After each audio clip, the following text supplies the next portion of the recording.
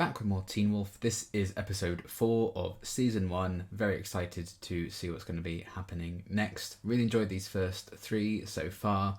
Last episode, I think, really kind of expanded on the overarching mystery and story that they've been setting up. And we had some good kind of character moments as well and developments there. Particularly, I think, with Scott and Derek's relationship is going to be taking, more of a focus and a very different vibe to the nature that it's kind of had thus far. I think they are going to kind of start working together, maybe a bit more collaborating, even if they're not getting along, because now we know about like the Alpha being out there. And we've got a few answers about, Derek's sister and why he's there, why she was there, all of that, but there's still lots of mysteries beyond that to kind of delve into at some point as well. Probably not immediately, but I am excited to see what's going to happen next. I'm really enjoying the show. So, yeah, I guess there's nothing else to do but to just get right into the next one. Oh, hello. Be funny if it's in the back seat of her car now. Or on the roof of her car. Oh, hello.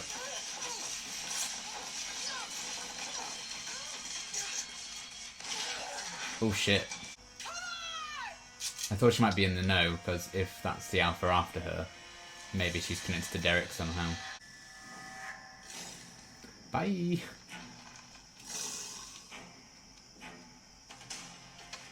Parkour! Parkour! Oh shit. Please put the assault rifle away before someone notices. It's the brother I love. I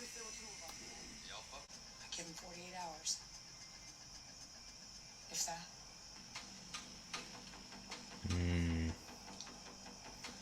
Ticking time bomb episode.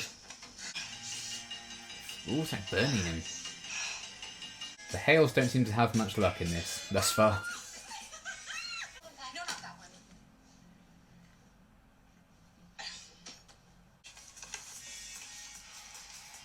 Oh, damn. Dude, you need to study more. He's been a bit busy. That's a joke when we're talking about the Alpha or Derek. Especially Derek. Who still scares me. Well, he might not have to scare you for much longer. I help you find him if you tell me what you're selling him. What is it? Is it Oh, right, he thinks he's the dealer. Okay. Ooh. Find myself. You not wearing a bandage or something? Oh.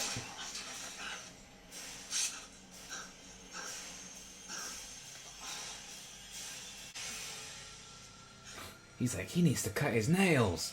Just studying never ends with just studying. It's like getting into a hot tub. Somebody eventually cops feel. Well, so what are you saying? I'm just saying, make sure he covers up. No, I'm not here. You gotta be kidding me. This guy's everywhere. That's what she meant when she said you had 48 hours. What? Who said 48 hours? Who shot you? The one who shot you 47.5 hours ago. I need you to find out what kind of bullet they used. How am I supposed to do that? Because she's an Argent. She's with them. Why should I help you? Because you need me. You probably do. You got here the same time I did. Oh, yeah, I just took a shortcut. Really short shortcut. What is going on with you today? You're acting all kinds of bizarre. Today?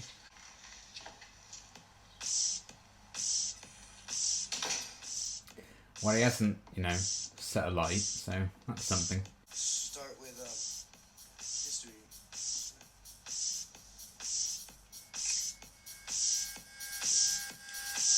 Well, maybe history lessons are different at their school. If they keep this up, Allison's getting a D. No, you can't take me there. I can't take you to your own house. No, I can't protect myself. Good. I want a buddy cop movie with just these two. I could probably drag your little werewolf ass out into the middle of the road and leave you for dead. Start the car. Or I'm gonna rip your throat out. With my teeth. Yeah. That was when I thought I was good at painting. Terrible too. That's when I tried poetry. Terrible doesn't even come close to describing that. But you've kept all of it. What are you good at? What the hell is that? It's a Oh, compound bow, and I'm pretty sure it requires an arrow to be harmful. So that's what interesting. you're good at. Interesting. Archery. Hey, Chris, get your ass down to the 50s and come help with the groceries. Right there. Okay, his name's Chris. I finally got a name for him. Do you mind helping? You're staying for dinner.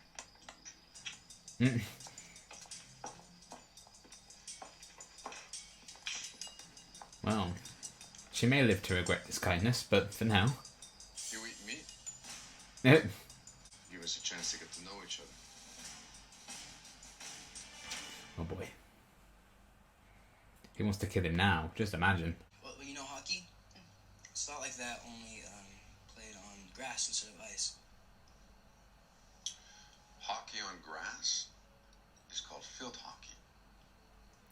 Oh, Sounds violent. I like it. Scott's amazing too. Dad came with me the first game. Wasn't he good? He's fine. He scored the last shot, the winning shot. True, but he didn't score it all into the last few minutes. You know, on second thought, Wholesome. he's starting to smell Like what?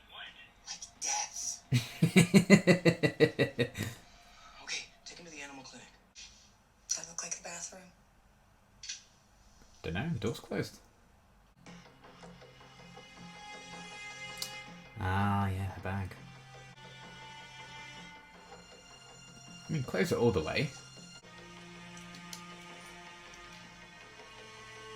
Bingo!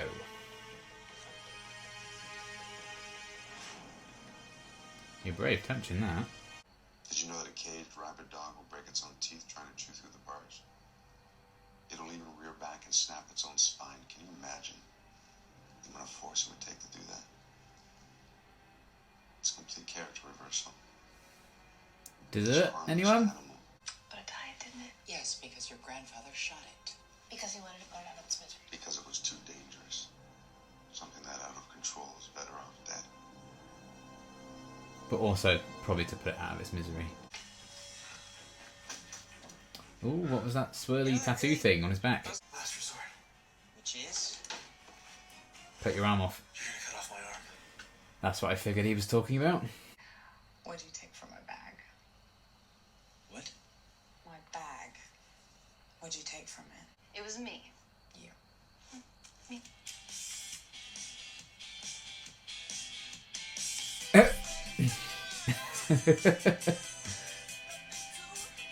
Oh boy. The fact that she bought some though, interesting.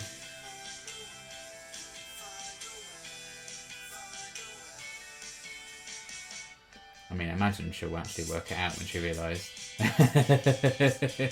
He's like, yes, she wants to sleep with me. I don't know if I can do this. Why not? Well, because Many reasons, actually. the saw into the bone, and especially the blood. Breathe in. Oh, Christ. God, what the hell is that? It's my body. It's trying to heal itself. Those not doing a very good job of it. What the hell are you doing? Oh, you just prevented a lifetime of nightmares. Did you get it? Sorry, I dropped it. No. Good. Wonderful. Oh, no, come on. Come on, wake up. Grow a nail. Yeah, that's what I was thinking.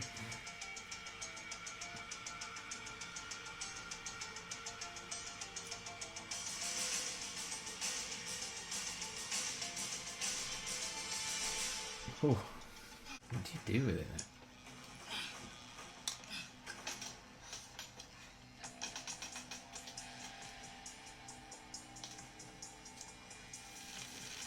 Ooh, fireworks.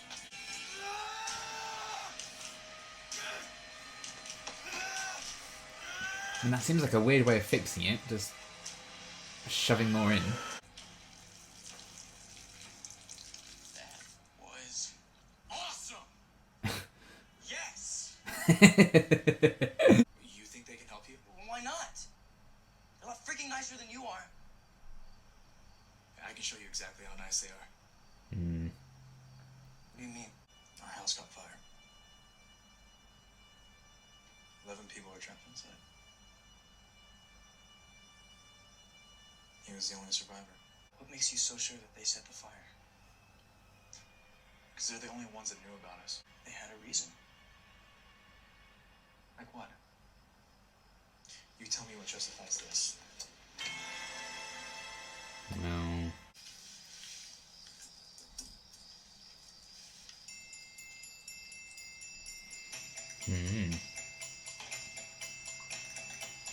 Seems like a lot of people aren't very good at cleaning up after themselves. You have the code. It's there for a reason, Kate. Of course.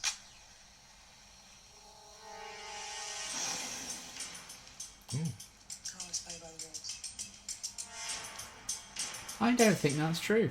Okay, a very good episode again, and a good one, I think, for kind of starting to bring Scott and Derek together a bit more as, you know, partners or collaborators. You know, maybe not friends, certainly not for a while, I think.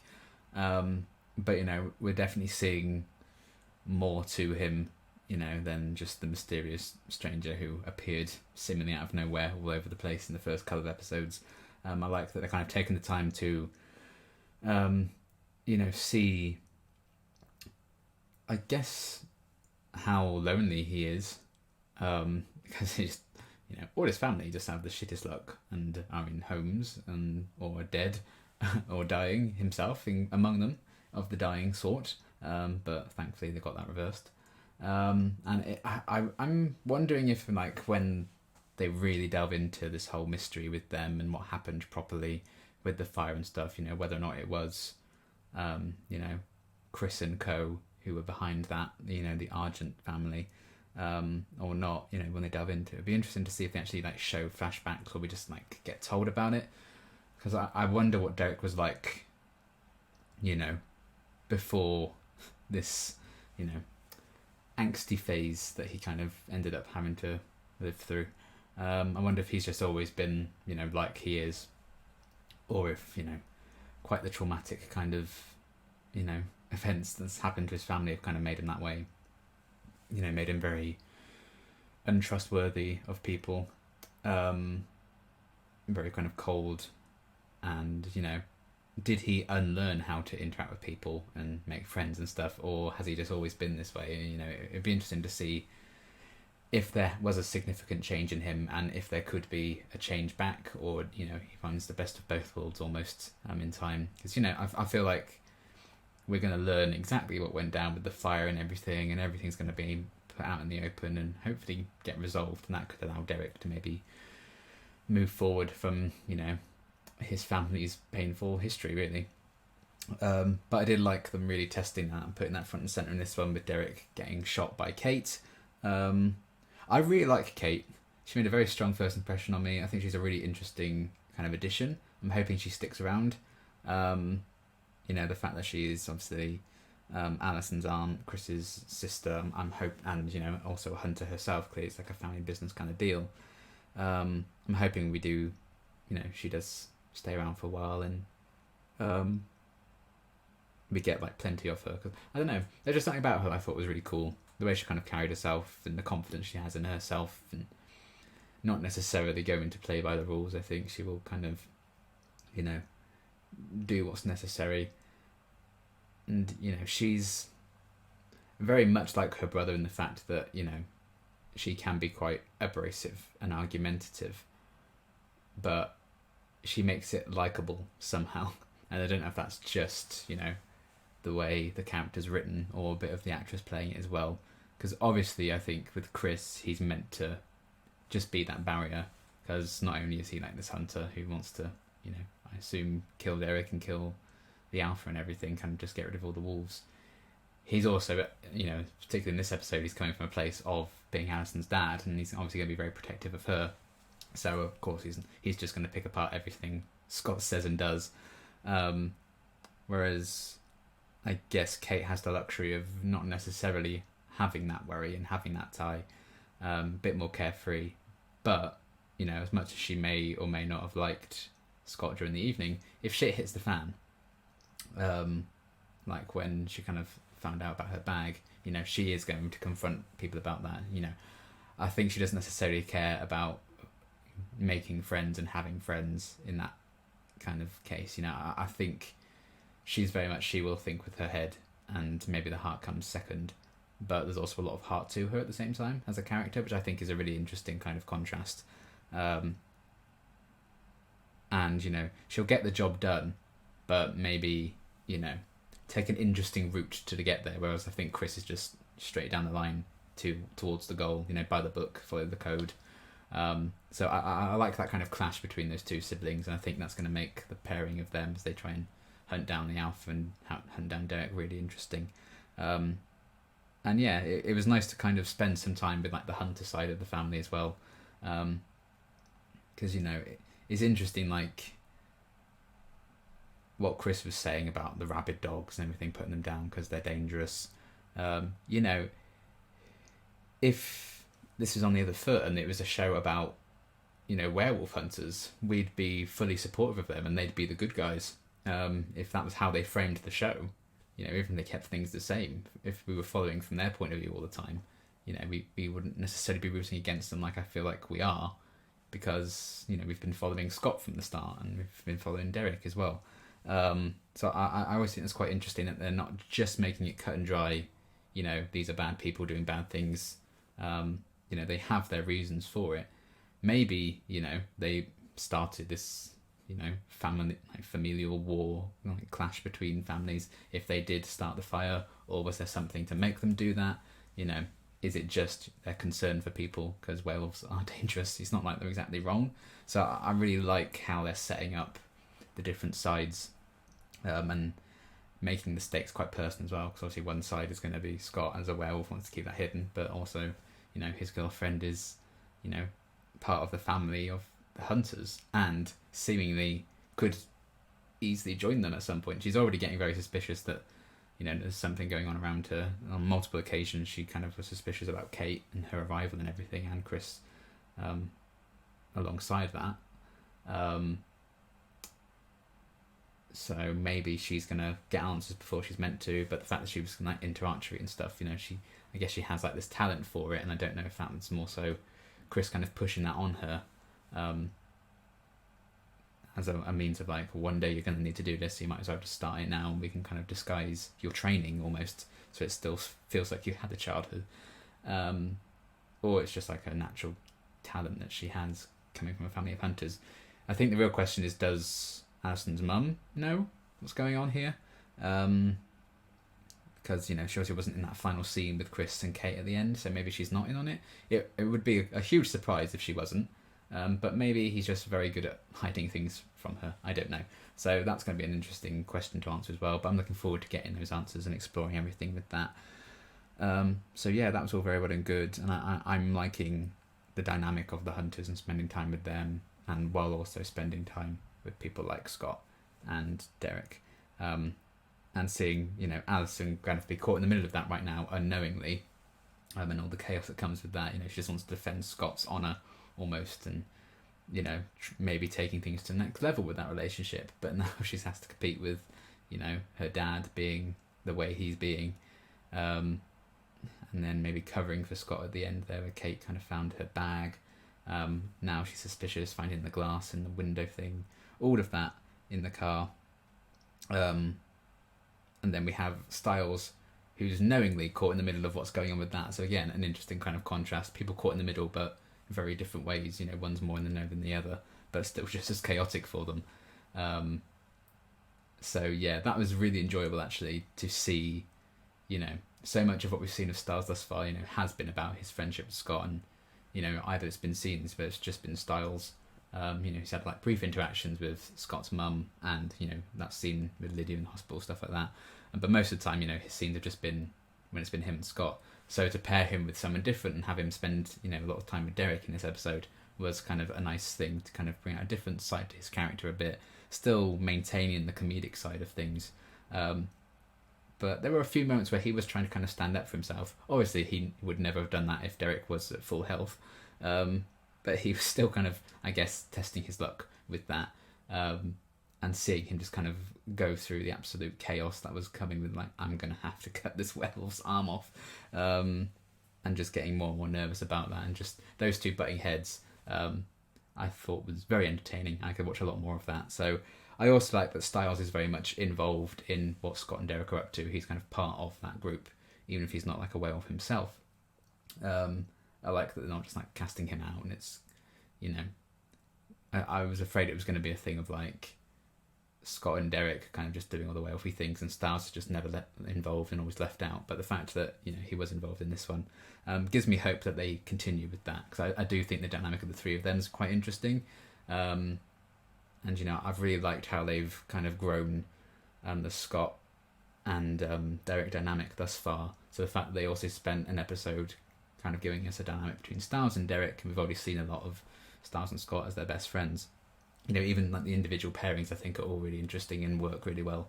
So I'm hoping they continue to explore that little trio a bit further on, especially because we're now seeing Derek open up a bit and kind of taking them, you know, taking Scott to the care home to see his uncle, opening up about that family history. You know, that he is, you know, he's probably not been given the chance to tell his family story for a long time, so maybe secretly he's going to appreciate that. But yeah, it's just about Scott understanding where Derek's coming from a bit more, I think, as well, and while also fighting the fact that, you know, he's dating someone who comes from a family of hunters, and she doesn't really know that side of things yet. It's going to get very messy and complicated, and it's all going to go horribly wrong at some point. But for now, I can just enjoy the build up to it and the tension, you know. And I think this show is very good at tension, even when I'm like, everything's going to be fine. Obviously, I'm still feeling quite tense. There was the scene, I think it was episode 2, where Alison's like looking for Scott after the game, and he's like crawling above her, having turned and stuff. You know, that was really tense. And this one, when he was searching through Kate's bag, I was like, oh my God, I really don't want him to get caught. And I was like really involved in that, and I found it really tense. Even though I was like, well, it's probably going to be fine. It's episode 4. I don't think they're going to kill Derek just yet. You know, he still doesn't know everything. But, you know, it was, again, I think it was more about the characters than the plot. You know, of course, Derek's not going to die this soon into the show. He might die at some point, I don't know. But, you know, still scratching the surface of what's going on with all of that. But, you know, him getting shot and everything forces him and Scott to kind of work together a bit, and getting Stiles involved in that. It's just developing that relationship, giving Derek the space and the opportunity to then open up about, you know, the fire and his uncle, and seeing all of that, while also introducing Kate into the show, and, you know, expanding the Argent Hunter family, and all the trials and tribulations with that. So I really enjoyed everything going on with that. You know, a very kind of simple plot for this one. You know, people like Jackson and Lydia, we didn't really see much of them. You know, they're very much just their usual selves in this one. But, you know, there wasn't really a big spot for them, I guess, in this one with what they were trying to do. And I think, you know, you don't want to just force characters to have loads of screen time in every single episode, because everything's just going to get quite muddled. So I thought it was actually very well focused. I think all the different dynamics they're setting up was really, really cool. And yeah, a few more answers, a few more little teases and stuff, and you can see, I think, a clear path for where these relationships and stuff could grow and change and develop. And I am really intrigued as to see what the final point of those relationships and developments will be ultimately, because it could go in all sorts of different directions. But yeah, I just really, really enjoyed this episode yet again. And yeah, we're like a third of the way through season 1 now, so it's kind of like, this is the beginning of, you know, the story of season 1 almost. You know, this is kind of like act 1 of this first season, and I do feel like they've established the core characters and the dynamics between them all really well at this point. You know, kind of slowly escalating the stakes, and I feel like now it's like, okay, we've got the key players involved now, you know, with Kate's introduction, and we know about the Alpha from the last episode. Everything, it feels like these are the main focuses for this season. You know, this is everything set up, and now they can really roll with it and make things go even crazier, I imagine, as it all unfolds. But yeah, I'm really, really enjoying it. Another really great episode, and I can't wait to see where it kind of continues to develop. But that is something for future episodes to answer for me. You know, not right now. I'm just going to be quietly waiting to watch more. But yeah, I've really enjoyed the show thus far, really enjoyed this episode, and I'm looking forward to seeing where the story takes us next. But that is going to be everything for now, and until my next reaction, thanks for watching.